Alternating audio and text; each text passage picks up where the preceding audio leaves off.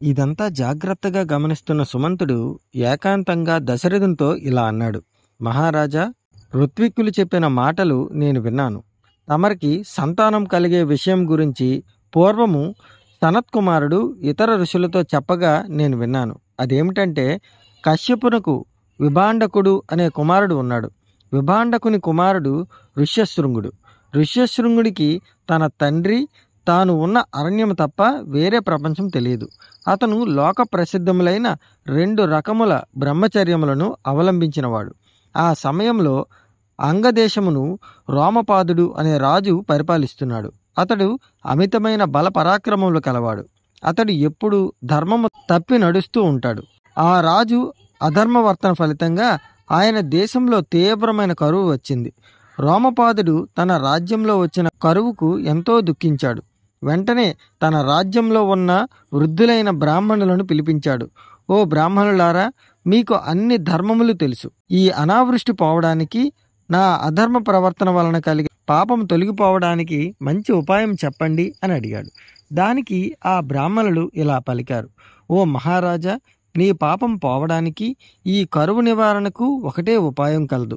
విభాండకుని కుమారుడు ఋష్యశృంగుడు అనే ముని కుమారుడు ఉన్నాడు. ఆయనను పిలిచి నీ కుమార్తె శాంత అనే కన్యను ఆయనకు ఇచ్చి వివాహం జరిపించు. ఈ అనావృష్టి తొలగిపోతుంది. కానీ ఆ ఋష్యశృంగుడు ఇక్కడికి రావడమే చాలా కష్టం అని అన్నారు. ఋష్యశృంగుని తన రాజ్యమునకు రప్పించుటకు తగిన ఉపాయం ఆలోచించాడు రోమపాదుడు. తన మంత్రులను పిలిచి, మీరు వెంటనే పోయి ఋష్యశృంగుని తీసుకొని రండి అని ఆజ్ఞాపించాడు. విభాండకునికి భయపడి వారు మేము వెళ్ళము అని అన్నారు. కానీ వారు ఋష్యశృంగుని తీసుకుని వచ్చుటకు ఒక ఉపాయమును చెప్పారు.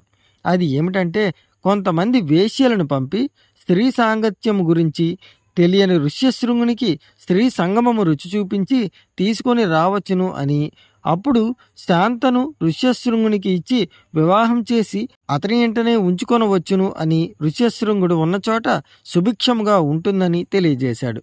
రోమపాదుడు వారు చెప్పిన ప్రకారము చేసి ఋష్యశృంగుని తన రాజ్యమునకు రప్పించుకొని తన కుమార్తె శాంతను ఇచ్చి వివాహం చేశాడు.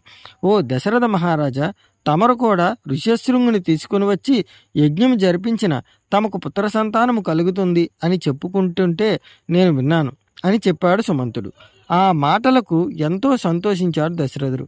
సుమంత, రోమపాదుడు ఋష్యశృంగుని తన రాజ్యమునకు ఎలా తీసుకురాగలిగాడు, వివరంగా చెప్పు అని అడిగాడు దశరథుడు. సుమంతుడు చెప్పసాగాడు. ఇది వాల్మీకి విరచిత రామాయణ మహాకావ్యంలో బాలకాండలో 9వ సర్గ సంపూర్ణం. ఓం తత్సత్. జై శ్రీరామ్.